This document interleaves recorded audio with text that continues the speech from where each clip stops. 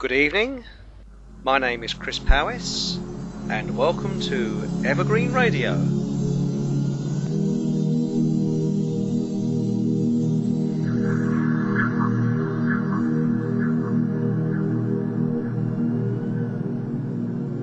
Tonight our guest is Michaell Roll, who will be talking about the scientific evidence for life after death.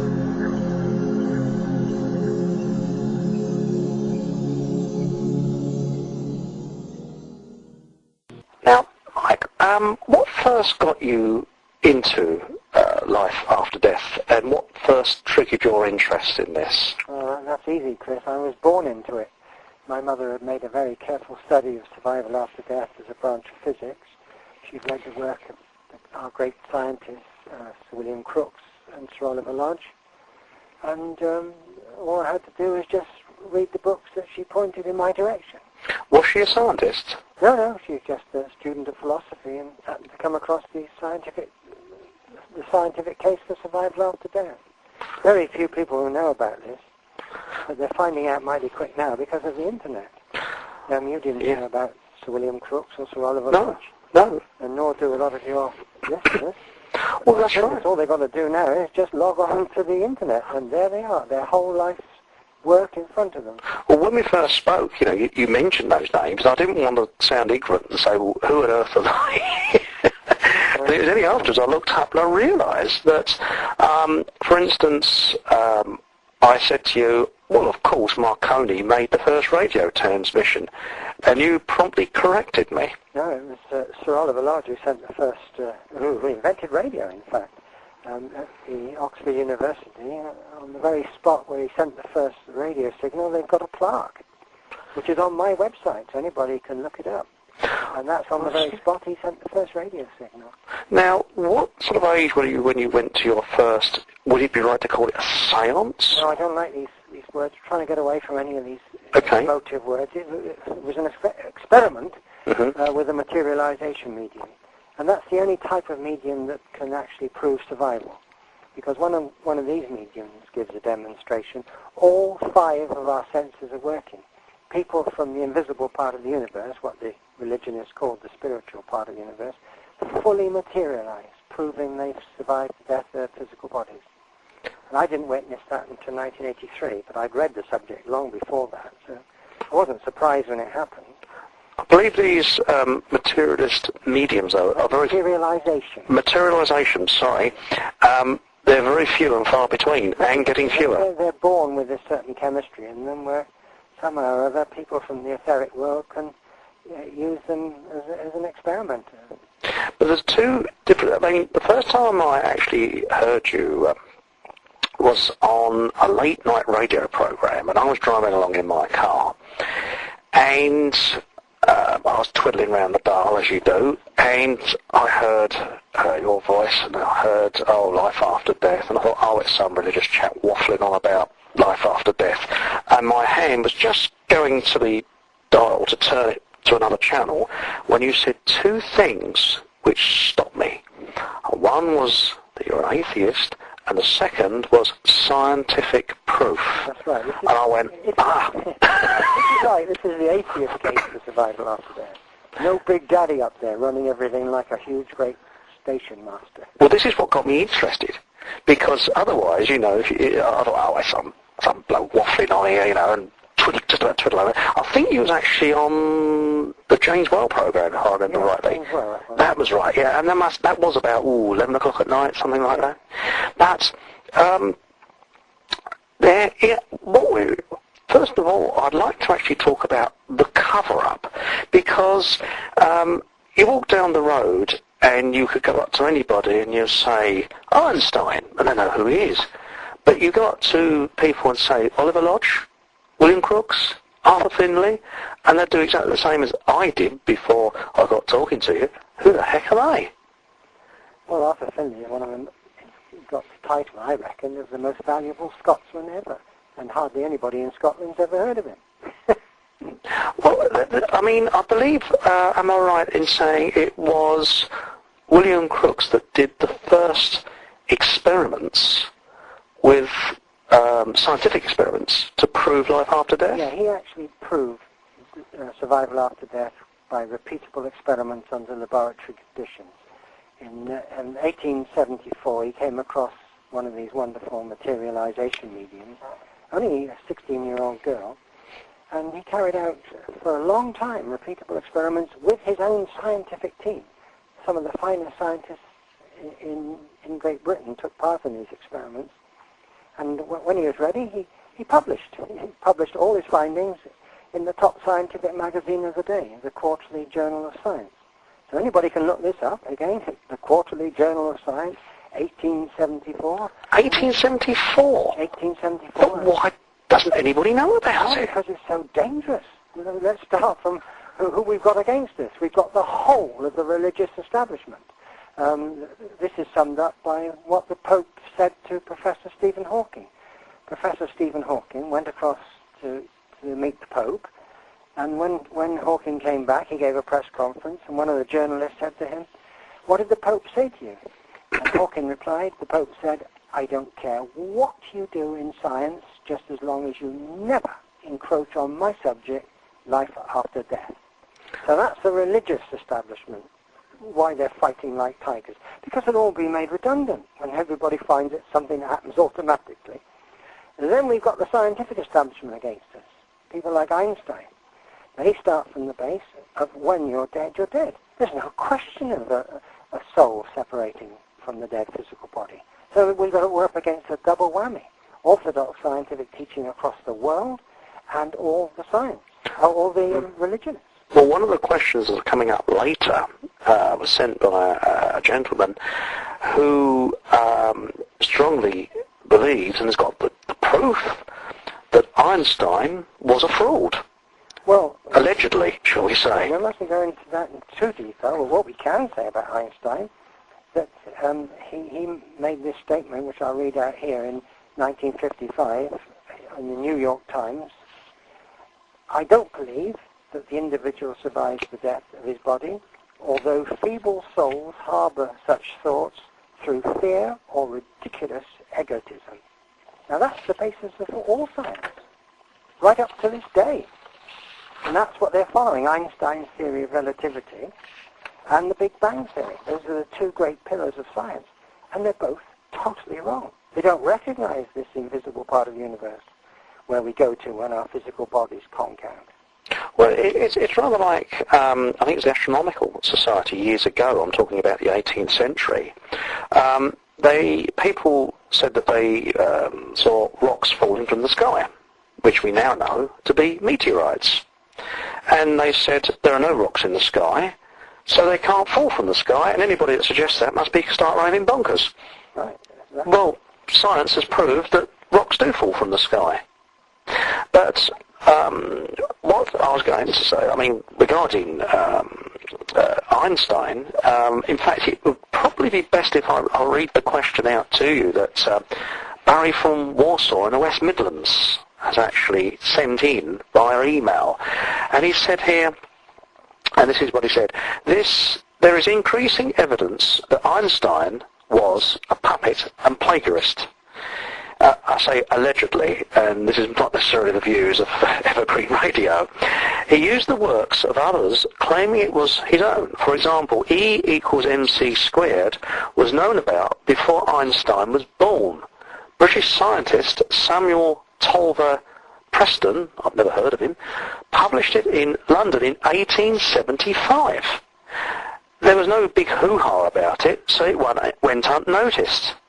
Einstein was born in 1879. Jesuit priests were terrified of scientific facts getting out. They backed the US government and used Einstein to put people off the scent of many scientific breakthroughs, including life after death, that they didn't want the public to know about. Well, that fits in with that statement I said about the Pope, doesn't it? They're happy all the time science is screaming from the rooftops, when you're dead, because that makes the priest the only alternative. So imagine what a state they're in now, in case people find out about Sir William Crookes and Sir Oliver Lodge, that we do indeed survive death. We all do, including people like myself who are atheists. Well, he went on to say, Einstein fitted the bill perfectly. He looked like a mad professor and was very convincing. Yeah, and that's what everybody's locked into at this very moment. Every scientist across the world is locked into this ridiculous theory of relativity. Well, I think it's a situation where they're paid, they're given grants, etc. Absolutely. And, I mean, I don't want to go off the subject, but it's a bit like this climate change now. You either believe it or you disbelieve it, or some people worship in the Church of Al Gore or whatever. And allegedly, scientists are paid to lie to the public. Well, let's quote a current professor, a Nobel laureate for physics, who's working out of Cambridge University, Professor B.D. Josephson. He's with us 100% on survival. But we don't see him on our television because he's much too close to the truth. Now, this is what he says. It's hard to change how people think. People have vested interests, and their projects and reputations will be threatened if certain things were shown to be true. That was taken from the New Scientist in 2006. This is current stuff. Well, really, what we're talking about, I think, is money with vested interests. Absolutely. Because a lot of people are going to lose a lot of money. But what we have is the proof for survival after death. Well, what Sir William Crookes didn't have in 1874 was the mathematical backup. But we certainly have now. Now, this is what I wanted to go on to next, because I've seen your YouTube film, and there's a scientist whose name does escape me, and I do apologise, and he has actually got the mathematical evidence for life after death. He's got the mathematical backup for these wonderful experiments. Yeah. And as Dr. Feynman says, if your mathematical, hold on, I got the quote in front of me. If your theories and mathematics do not match the experiment, then they are wrong. And the experiment is that there are people all around us, just out of range of our five physical senses. We've discovered the so-called next world, the etheric world, the spiritual part of the universe, which the religionists refer to. That's one thing they're right about, the religionists. We do have a soul that separates from the dead physical body. Well, 150 years ago, if you or I would have been around and said, well, look, we have a little box that we switch on and it receives pictures from the air, would have been locked in a lunatic asylum. It's exactly the same thing, and that's what your television set is. It's only a medium. You've got to log on to something that's beyond our five physical senses, which these pictures coming through the air are. That's why we have to work with a human medium if we want to contact people who are all around us. You see, human mind and brain are a far more sophisticated instrument than anything invented by human beings. Well, this is a question that I sort of had, and I think you've virtually answered it, because I was saying, are there any scientists working on a device that can contact the deceased? But you've just answered it, because we haven't got anything sophisticated enough. No, we will do one day, I'm sure. That won't be far off. But at the moment, we've got to work through the human mind and brain. Now, back to the religious aspect. I've got an email here from a gentleman called Steve from Hertfordshire, and if I could read this out, it's a very brief one. And he said, I can't understand why religions are against the scientific evidence for life after death. Surely it would make their beliefs more credible. Why do they try to suppress this knowledge? That's very easy, because it would make the priests redundant. They're making money through it. Now, they're going to find out that they're not needed. They'll be redundant. Yes. Everybody will go into their churches and worship these old beliefs. They're so ridiculous. I mean, what happened, you can see the Christian religion, that Jesus, the stories of Jesus being seen again by his pals after he was killed, that's exactly the same as Sir William Crookes covered in his experiment. Somebody who once lived on Earth fully materialized and proved they had survived death. And that was the story of Jesus. And it's something that's natural and normal, not supernatural. But of course, the disciples of Jesus thought they witnessed something supernatural. It wasn't. It was perfectly natural. One of those disciples must have been a materialization medium. It's so simple, you see. Now, this is what brings me on to the next question. I mean, this is Janet from Hertfordshire. She asks, were the Egyptians more advanced with their knowledge of life after death? And does your guest know anything more about this? I wouldn't say the Egyptians, but certainly reading the papers and things, that the Red Indians were the nearest, because they didn't kill their mediums, they worked with them. They were in touch with their dead loved ones through their mediums. Now, that's another reason why the Christians hated them so much. They love them all out. Now, I believe there was it was like I won't say Holocaust, but there was a complete massacre of the Red Indian mediums. Well, the Red Indians per se, not just the Red Indians mediums, but the Red Indians were almost wiped out, as you know. That's quite interesting. But, I mean, most cultures throughout the world, as Steve from London, he said, all ancient cultures believe in life after death and had ways of contacting them. He said, until recently, and he's got in brackets a few thousand years, our culture did, until the setting up of organised religions and industrialisation. If I know something you don't, that gives me power. Contacting the dead would liberate people from ignorance. Think of the wisdom that could be passed on. That's a good point. It would also destabilise the power base of the few. That's why there is no funding for this branch of science, and scientific breakthroughs remain hidden. What do you think about that? Yeah, absolutely, but it needn't be hidden anymore because of this dear old internet. It's the most wonderful thing that's ever happened to those of us who have been fighting the establishment. We haven't got to fight anymore now. We're not getting on television. We're banned from television. In fact, we were banned from radio until quite recently. Well, this is another good, interesting point. I think it was in 1996, and it was thanks to you that it is no longer banned. Yeah, we weren't allowed to talk on the radio about life after death in a serious scientific manner. So I took the radio authority to the European Court of Human Rights and won, and they removed those clauses. And ever since they did that, I've made no end of radio broadcasts about life after death in a serious scientific manner. But we still can't on television. The clauses are so well written that you can't actually take them to the European Court of Human Rights. They rewrote those clauses for television when they found out we'd broken down on the radio. Well, this actually brings me on to the next question, if I can find it, because this fits in quite nicely.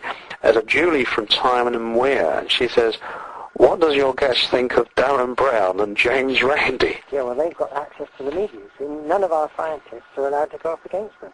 But if they'd like to tune into Professor B.D. Josephson's website, now bear in mind he's a Nobel laureate for physics from Cambridge University.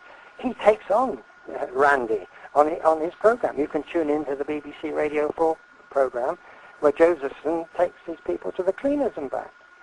They can't stand up to a professor of physics, but they're all good kids going up against a medium who hasn't read science. That's all they're allowed to go up against on television. Well, whenever you see, I mean, this is my own personal thoughts, and as I say, it doesn't really represent evergreen radio.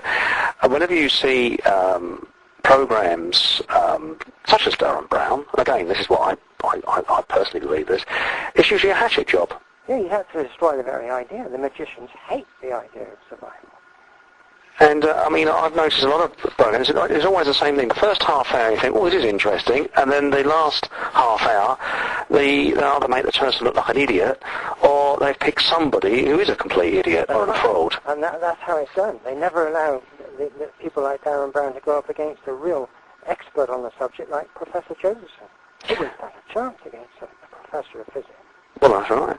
I mean, there's another question here from Sandra in Wiltshire. She says, does your guest believe in spirit guides? I don't believe in anything. I accept survival because of repeatable experiments under laboratory conditions backed up by a mathematical theory.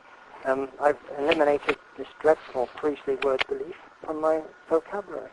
I've come across people all around us who once lived on Earth, but I've never come across actually what the spiritualists call spiritual guides, I've just come across people who are helping us, who are usually loved ones who are very close to us. I mean, my mum and dad are interested in my work, understandably. But I wouldn't say they were my guides. You make up your own mind in life. Well, there's one question that I've got here that I wondered whether anybody, including yourself, actually looked into, and that is, when we think, our brain gives off electrical impulses. And although the majority of people don't realise it, sometimes we can pick up on other people's thoughts.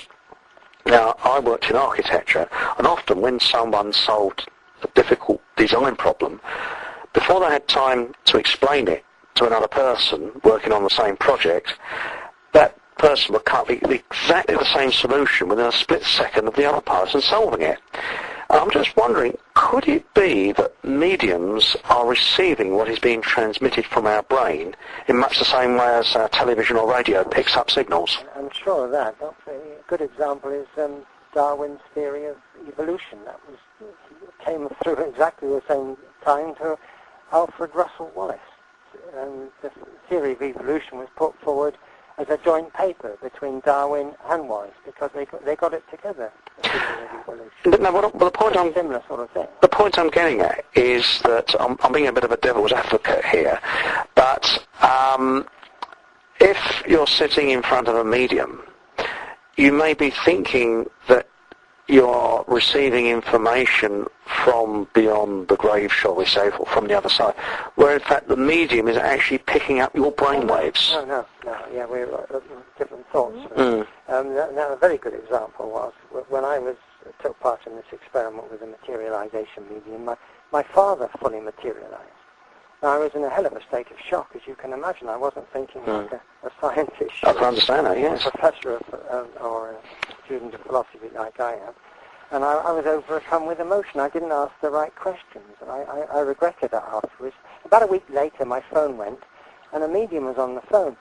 And she says, I've got my father with you. He wants to try and clarify some of the things he wasn't able to do last week. I said, well, I'm very skeptical about this sort of thing. You've got to prove to me that it's my father. If you can name all his best friends on earth, I shall take notice of the message. And she named all my dad's best friends on earth. But the one she didn't get was the one I was concentrating like mad on, his best friend, to prove to me that it's nothing to do with telepathy, you see. I see. That's the one she didn't get. Well, one of the most famous,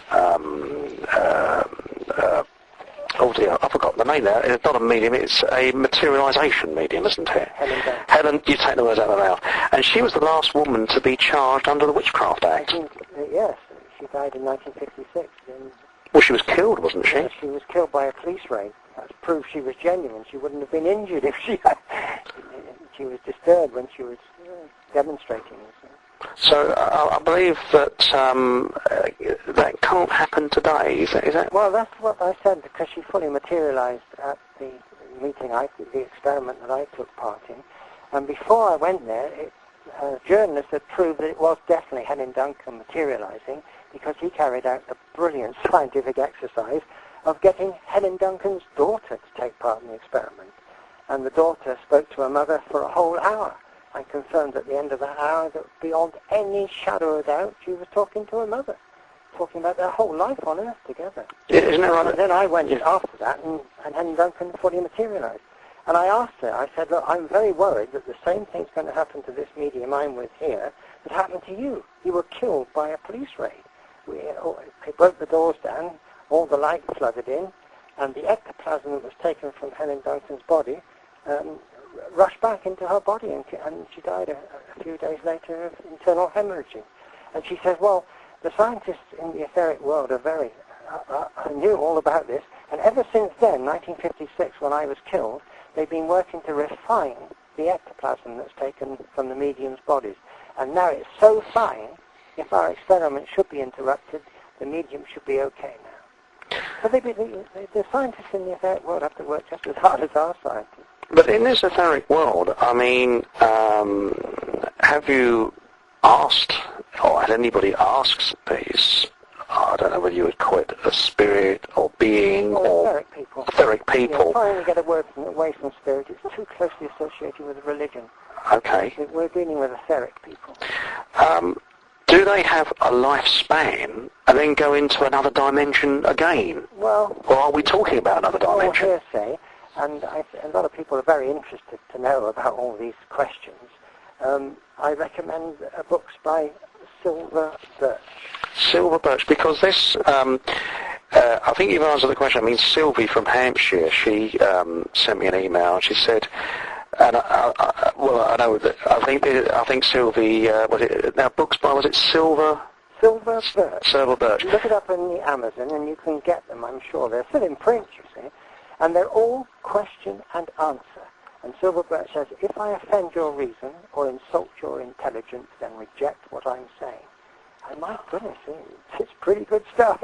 Well, she said, if my mother died at the age of 21 and I die at the age of 50, and I meet my mother on the other side, she would be younger than me. But, I mean, again, that would be answered by Silver Birch. Well, I can answer that because we had a little 9-year-old boy materializing at these experiments every time this medium gave a demonstration.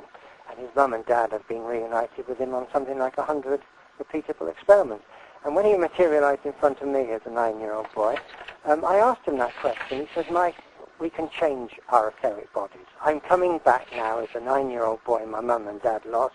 When they die, I'll rush up to them as the 9-year-old boy that they lost so they can recognize me. He says, but we can change them. He said, you'll find everybody over here is walking about as sort of 25-year-olds with perfect bodies. I see. We only have damaged bodies on Earth. There's no damaged bodies in the etheric world. Well, that's hearsay. Now, we've got no proof of that, but it's hearsay, and yes, we have to think about it. Yes, I see. Well, I mean, back to some other cultures, there's Linda from Lancashire, and she writes, remote tribes, their shamans regularly contact the spirits of the dead. To them, it's part of life. In the West, we look at them as primitive, but I'm not so sure. Do you think their knowledge has been deliberately suppressed? Well, I think we've answered that. Yeah, well, some of our mediums are pretty good. They're not all the sort of rubbish mediums you see, and there are a few frauds, obviously, but the vast majority of mediums are doing their best to make contact with our loved ones. Well, there's a chap, Colin, from Cambridgeshire, and he writes, in the 1970s, there was a very famous healer, a materialization medium that lived in Cambridgeshire, rather. I can't remember his name, but coins and small objects from the past would materialize in his house. They were solid and were checked out by historians and proven to be authentic. Apparently, a doctor from the past instructed him how to cure people. The doctor and other people that had died often materialized during a séance. But unlike the solid objects, the people would vanish into thin air. Can Michaell Roll enlarge upon this? Now, I seem to recollect somebody in Cambridgeshire who was a materialized medium. Have you heard of somebody from Cambridgeshire? Do you know anything about this? No, but every time somebody went to one of these demonstrations that I went to, the medium I worked with was Rita Gould from Leicester, and no end of people, hundreds of people witnessed what I witnessed, including scientists. And every time we go there, they gave us presents, which we kept afterwards.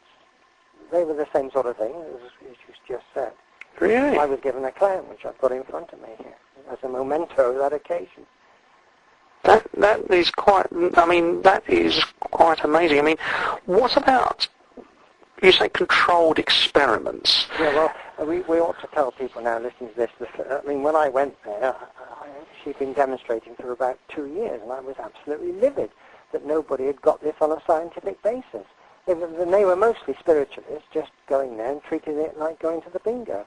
And I realized this was the greatest scientific experiment ever, because recently deceased people are materializing.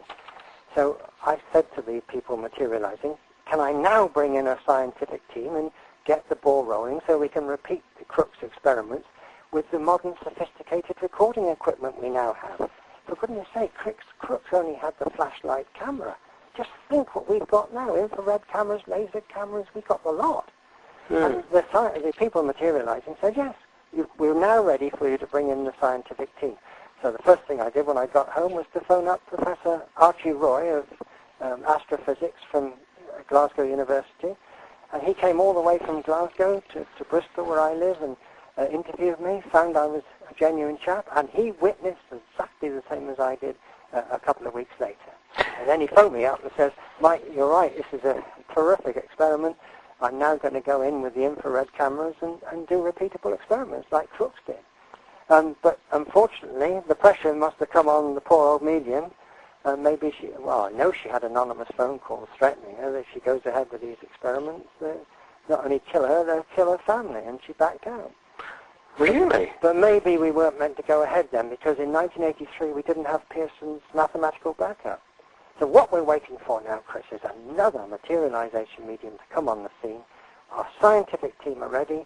These are scientists whose future is being threatened because they are reading Survival After Death, and they would jump at the chance to do repeatable experiments with a materialization medium. Why are there fewer and fewer materialized mediums? Well, they've always been very short. A materialization medium, you're born with this chemistry that can enable people to fully materialize. But they must be somewhere in the world, and as soon as anybody hears about it, I'll go along and witness it and make sure it's genuine.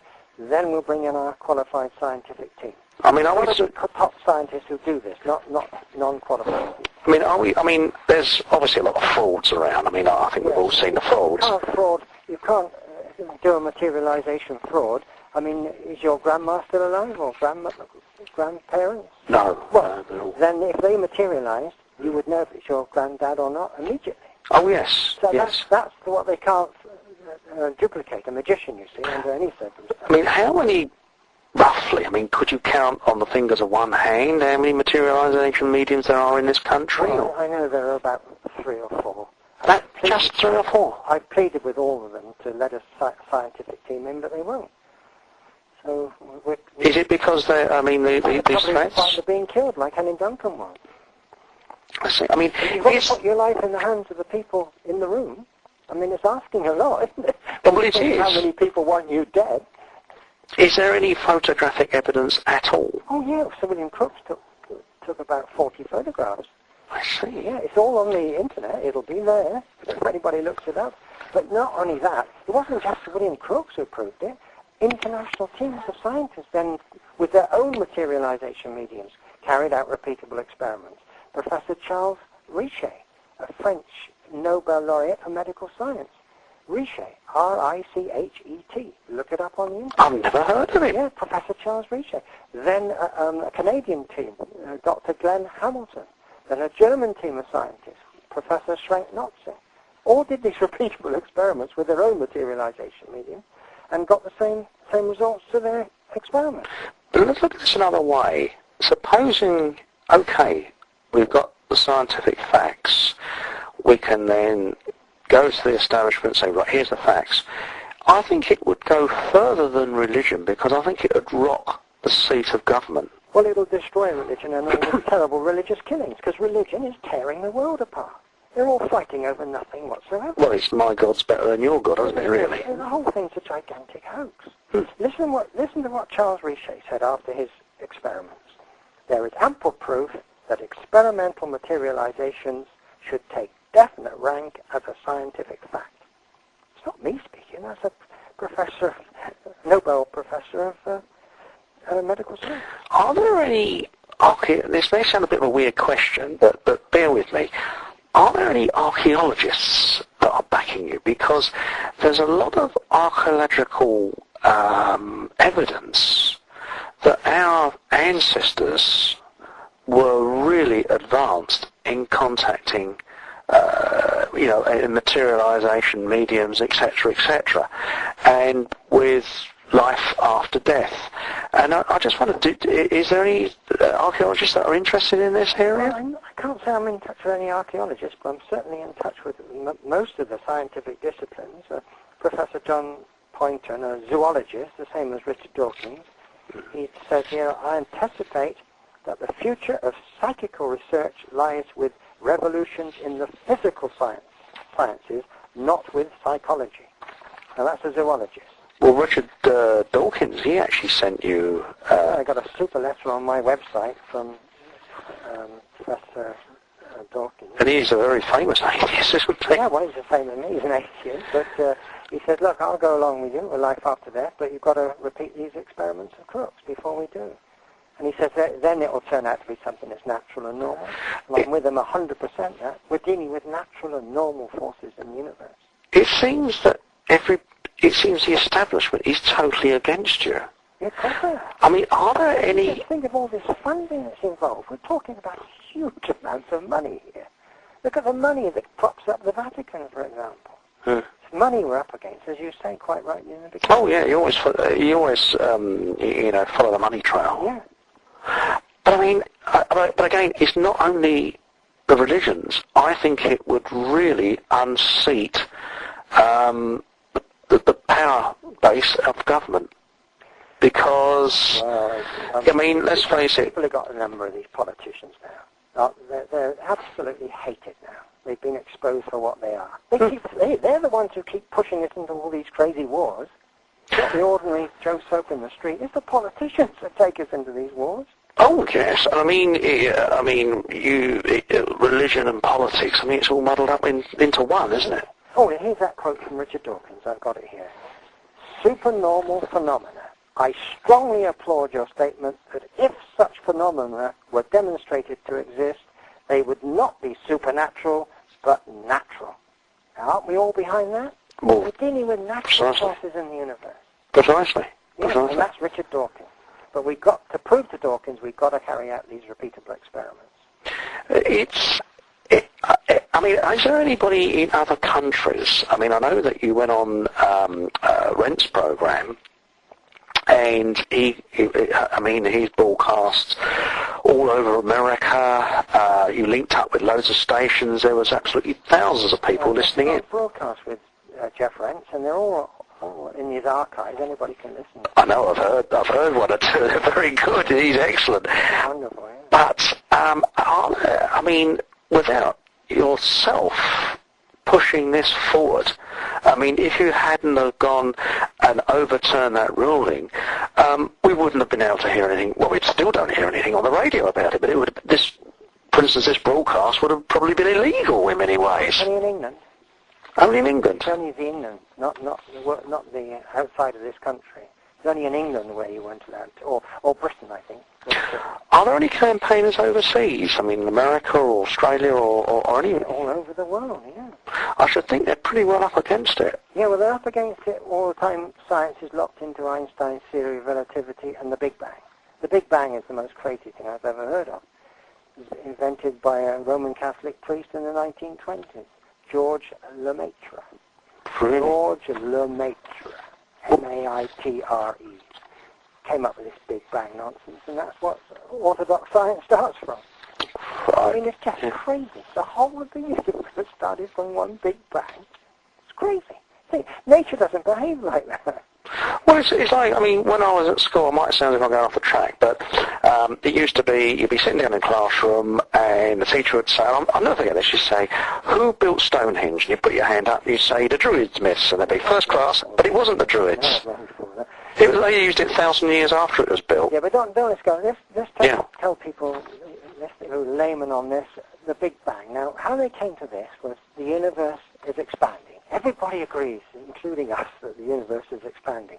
So what science has done is says, well, let's reverse that expansion, and they've come right back to a single point in time, which is crazy. All you've got to do is push everything back into the etheric part of the universe. Everything is coming from what the religionists call the spiritual part of the universe. That creates everything. Planets, moons, suns, us, everything comes from there. So instead of pushing it back to a single point in time, they just got to push it back into the invisible part of the universe. I think that's what they used to call the creative part of the universe. I see. I think that's what they used to call the ether. Yes, it's the ether. Yeah, they did away with the ether when Einstein's theory of relativity took hold. But what they're doing now, they're bringing it back under a new name: dark energy, dark matter. It's only another fancy name for the ether, but that's where everything is coming from. They're saying that 9/10 of the universe is missing. You bet it is. That's the etheric part of the universe. That's the spiritual part of the universe. I see, We've discovered it, but they're wondering how on earth they can let it go and still keep their positions, I suppose. Well, let's face it, if you're paid a lot of money to go down this one branch of science and suddenly somebody finds out, something says that it's wrong, again, you're going to lose your job, aren't you? Yeah, but we have this Achilles heel. Until we can work with a contemporary materialization medium, we cannot carry out these experiments. That's our Achilles heel, and I admit it. We've got to get one of these materialization mediums to work with our scientific team. These are scientists who will be on the medium side, scientists who have come out for survival, and they're desperate for the proof. So the medium's life will be in their hands, but the life will not be threatened because the scientists they're working with are on their side. There must be a medium somewhere in the world that is prepared to take that risk. These are top scientists who cannot get any promotion, they can't get any funding, because they dared to start from the base that Sir William Crookes and Sir Oliver Lodge were correct. Well, can you imagine how desperate they are to work with one of these materialization mediums? To prove that the orthodox scientific teaching across the world is wrong. I mean, I can understand where the materialization mediums are coming from, because put yourself in their position. Yeah, but mostly scientists are against them, so that's why they've been so frightened to come forward, because they knew scientists are against them. But I'm stressing that these scientists are on their side. I wouldn't bring any scientists in who've got anything to lose from this, otherwise they could be killed, yes. But I think even if you did produce the evidence, and it was black and white, stamped, I think that the establishment would do something to discredit it. No, this is going to be done properly, just as properly as Sir William Crookes did. He published in the Quarterly Journal of Science, and this is what these scientists will do. They will publish in the top scientific papers.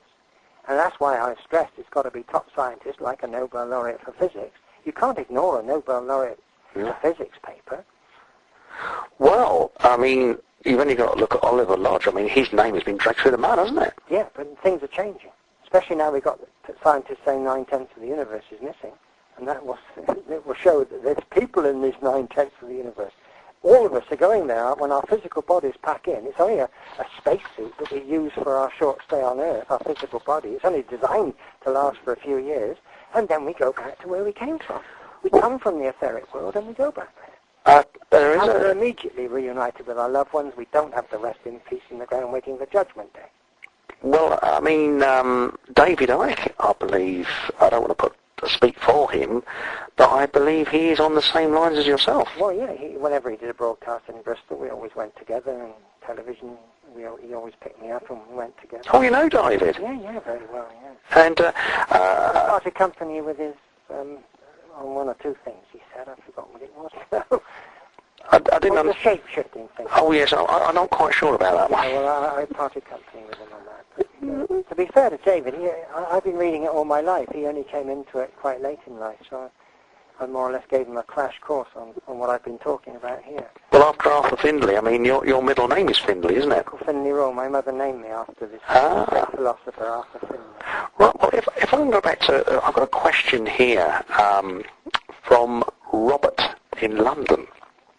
And this is on something to do with legal matters. He says, well, I'll start from here. It says, Robert from London has been working in the area of legal fictions.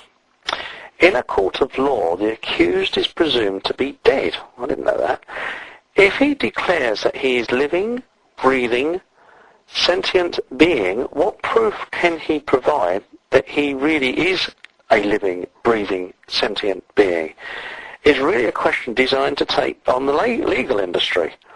Yeah, well, we've got a marvellous lawyer on our side, a former High Court lawyer in the Australian court, Victor Zammit, Z-A-M-M-I-T, and he's written a book, A Lawyer Argues for the Afterlife. That would be ideal for your chap. Because Victor Zammit. Victor Zammit, because that's a Maltese name, isn't it? Z-A-M-M-I-T. Because I think I've heard him up, and he's he's really well read on this subject. He's got some wonderful website there. Because you've actually spoken on Maltese television. Well, he got me to Malta. We went to Malta together, had a week there. And that's on my website, my television interviewing. I know, I've seen it. Paxson Jeremy Paxman of Malta interviewed me. He certainly gave you a grilling, didn't he? Well, he was quite friendly. He was good, wasn't he? I mean, he was banned he was too frightened to show it for 2 years. Then he plucked up courage and put it on Malta TV, and all that wrote this. The Archbishop of Malta demanded an answer. But I didn't attack the church because I know how fanatical they are in Malta. I was saying it's the same thing. I gave that example of one of the disciples of Jesus. It must have been a materialization medium. Well, I think going to Malta, I mean, you're almost putting your head in the lion's mouth because they're a very Catholic country. Yeah, but they're progressing, and they do go along with life after death, even though they say you've got to rest in peace waiting for Judgment Day. But I think a lot of people are moving away from that now. I mean, this chappie, was it Zamet? I didn't quite catch his first name. It was Victor Zamet. I think I've heard him on Nexus Radio. Yeah, oh yes, he's one of the top men in the world on life after death. I'd really like to speak to him as well. You can get him speak to him anytime you like on his website. Oh, brilliant.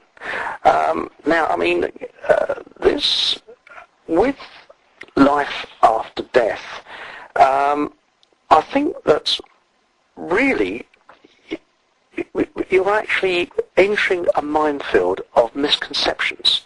Because I had misconceptions about it, because people always look at it from what they've been told in religion. That's right, yeah. And I mean, I did some. I'm guilty. I hold up my hands. Before I actually heard you on the radio that night, I thought, what's all this? You know, I'd never heard of the scientific evidence for life after death ever. Have a look at the secular case for survival, and it's 1,000 times more exciting.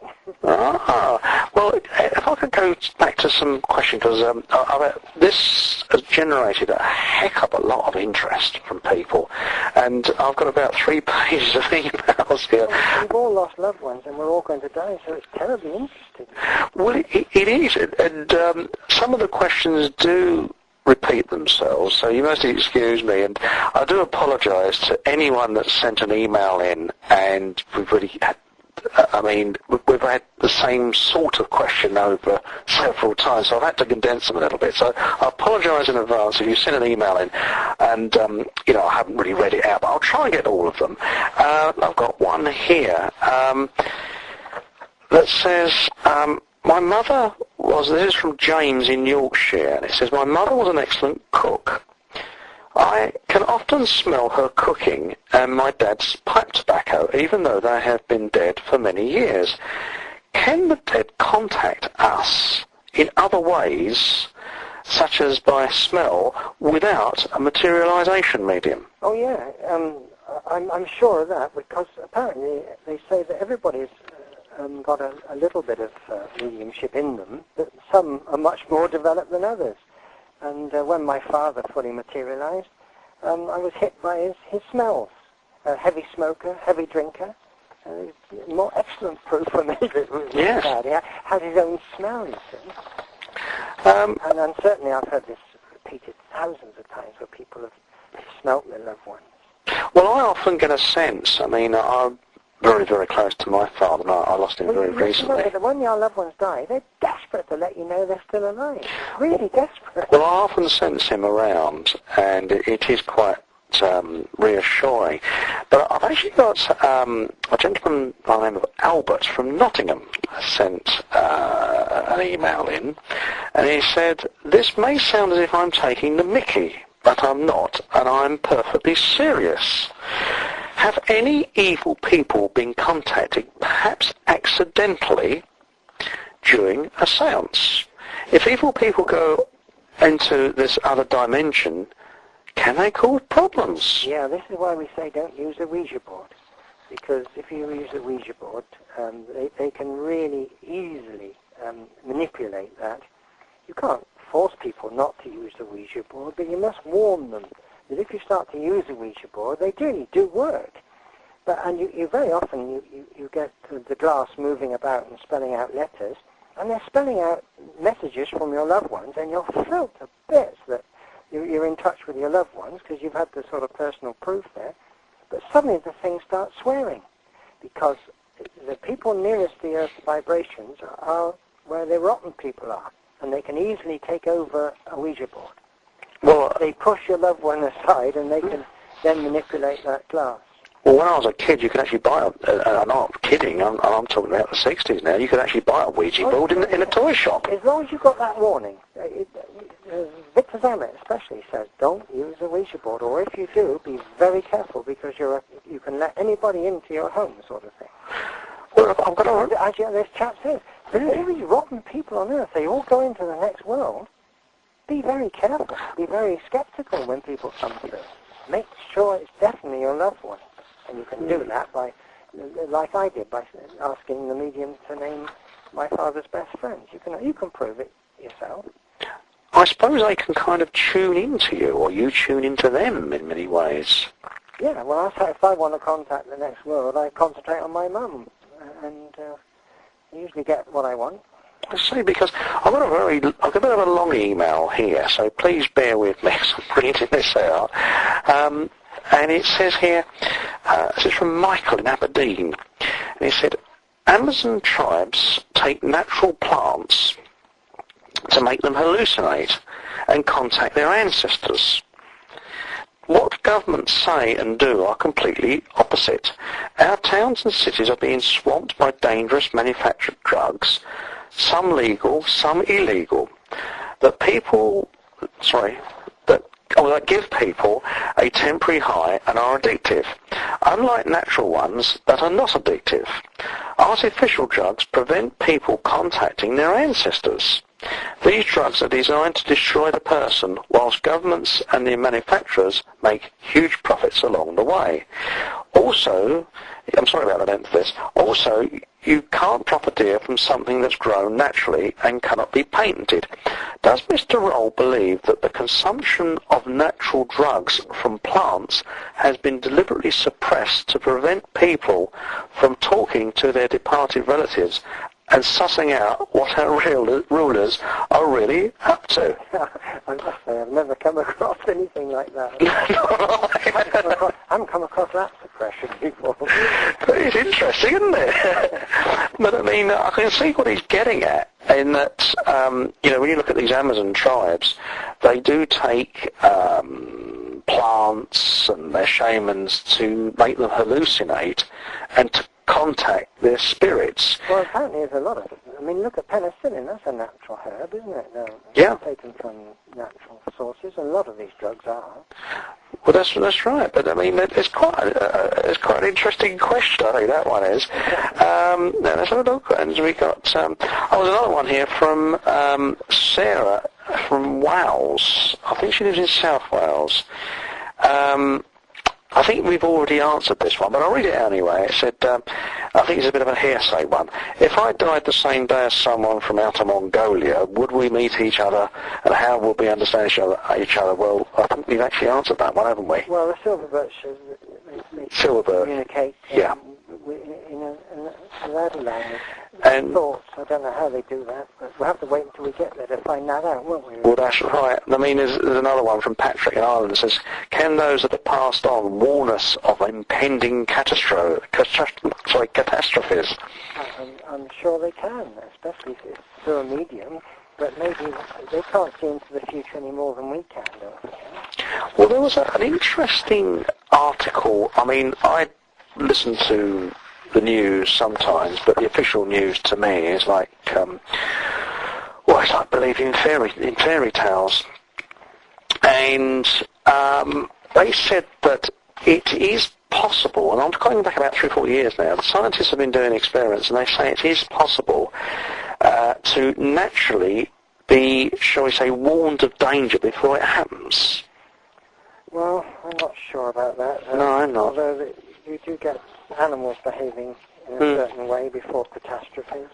Okay, well, thanks, Mike. It's great for you to join us this evening, and I hope you can join us again soon, because I think this radio program is going to generate even more interest than it already has, because, as I say, and I apologise to everybody that Yeah, I've been absolutely inundated with emails, and I do apologise if I haven't managed to read yours out.